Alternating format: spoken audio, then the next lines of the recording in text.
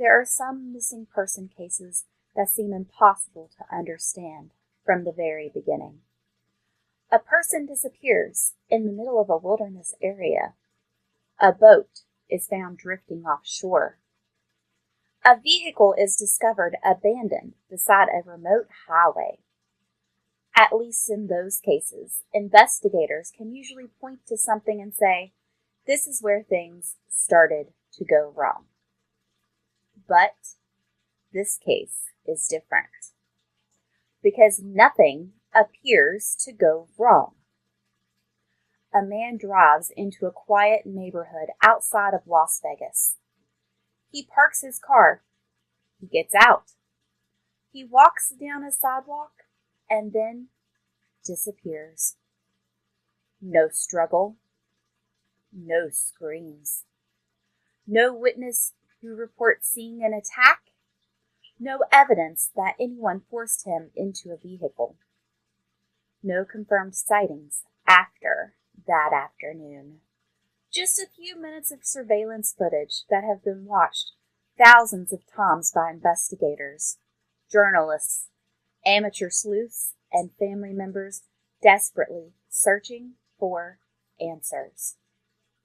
The footage is unsettling for one simple reason.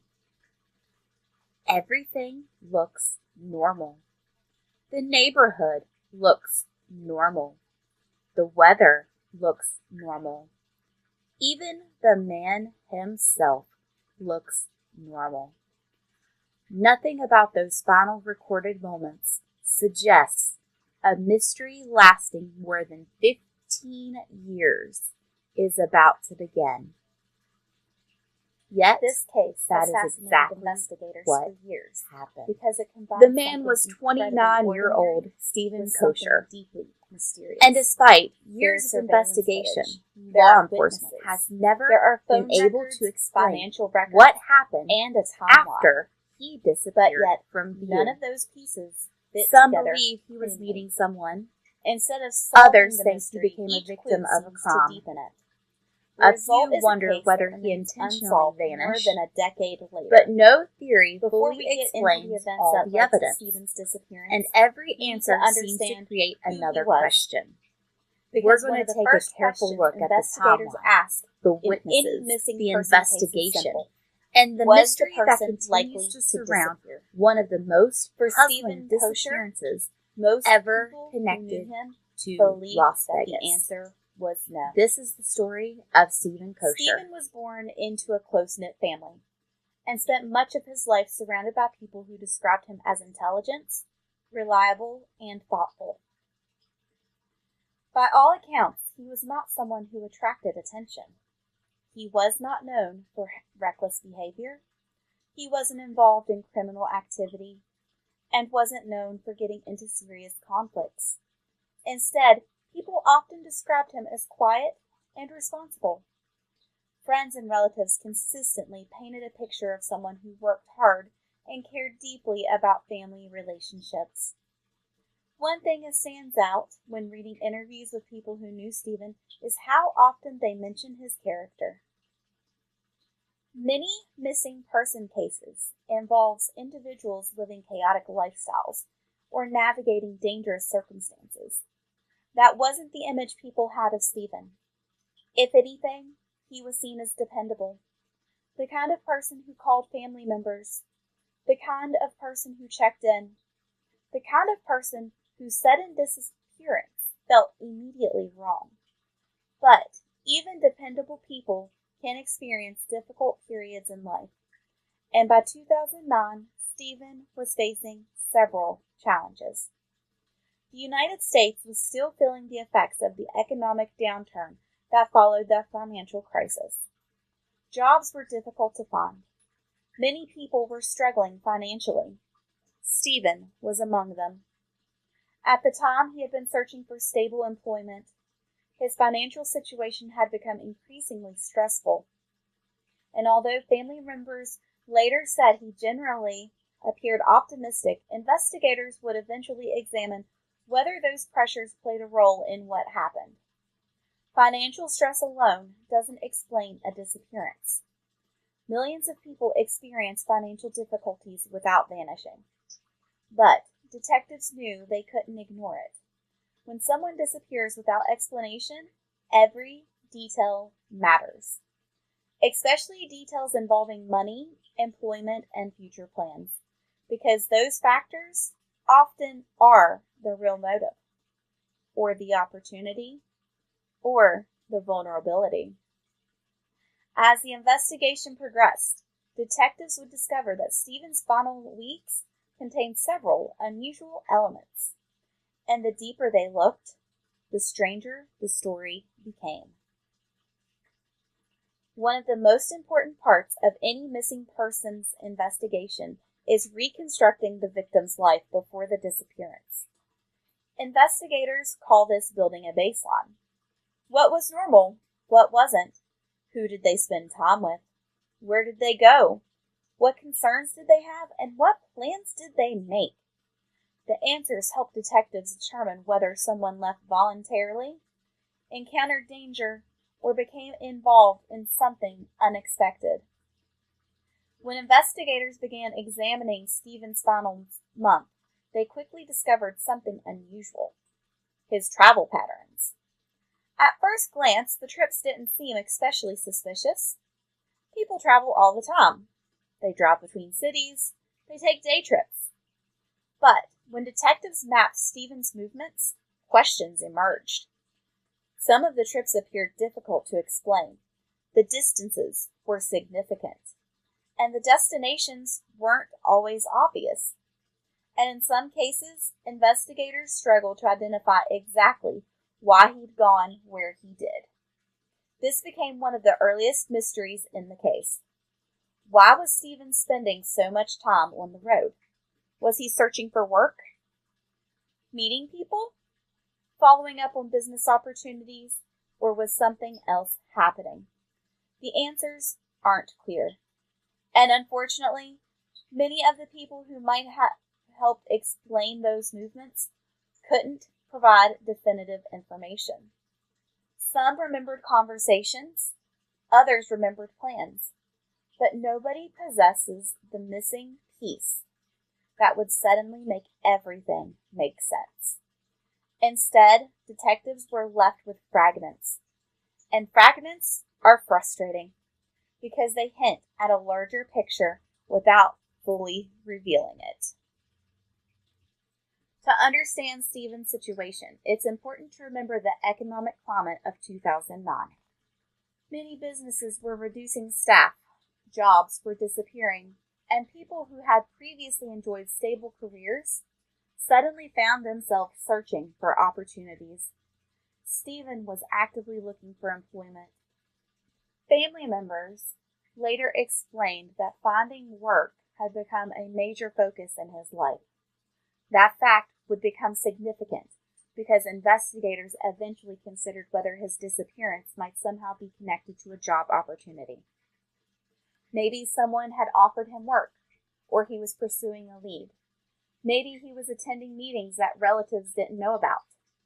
These possibilities would later influence several investigative theories, but at the time, nobody could say for certain.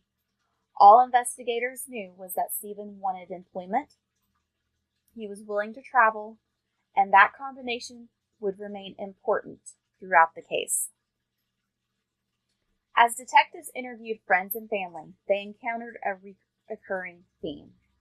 Nobody seemed aware of any immediate danger, reported threats, serious disputes, and nobody reported fears for Stephen's safety. In many criminal investigations, detectives identify warning signs almost immediately. Arguments, conflicts, obsessions, threats, financial disputes, relationship problems.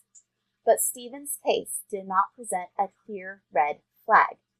Instead, investigators found uncertainty. And uncertainty can be incredibly difficult to investigate. Because there is no obvious suspect, detectives must explore dozens of possibilities simultaneously. Every lead requires attention. Every clue must be examined. Every theory must be tested. The result is often a slow and methodical process, and that is exactly what happened here.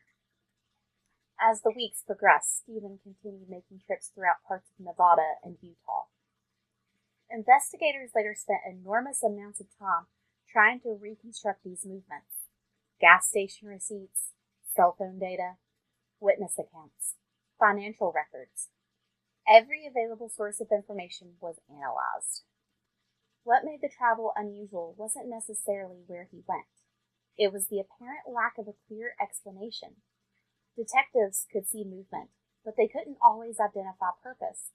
Imagine reading a diary where every third page has been removed.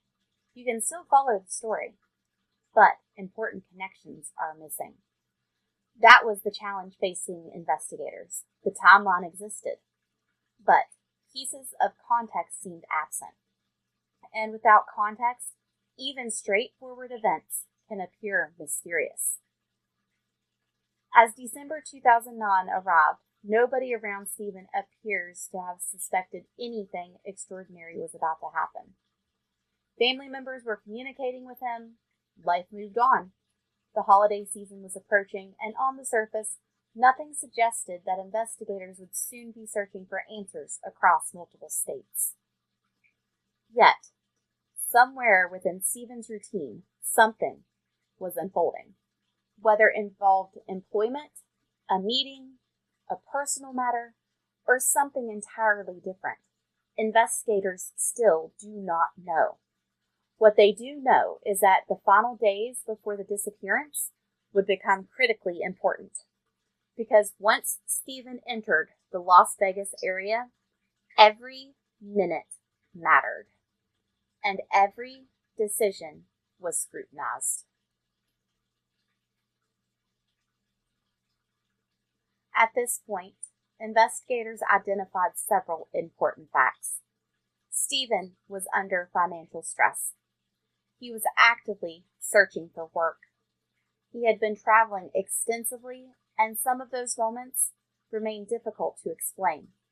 But none of the facts point to criminal activity or danger. But they created a picture of someone whose life was way more complicated than what it initially appeared. The challenge was determining which details mattered and which ones were merely background noise. Unfortunately, that distinction couldn't become any clearer in the days ahead, because the most mysterious chapter of the case was still waiting to unfold. In the next phase of the timeline, Stephen would drive towards the Las Vegas area. Surveillance cameras would begin documenting his movements, and witnesses would unknowingly observe someone who would soon become the subject of national attention. And investigators would eventually find themselves studying a suburban neighborhood, street by street, searching for clues hidden within a few ordinary minutes. Those minutes would become some of the most analyzed moments in modern missing person investigations, and they mark the beginning of a mystery that still remains unsolved.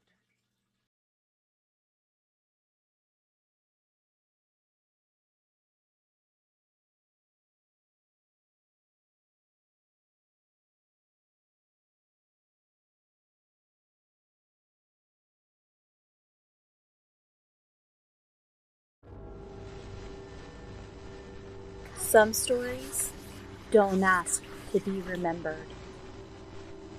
They wait. If you're still here, it's already too late.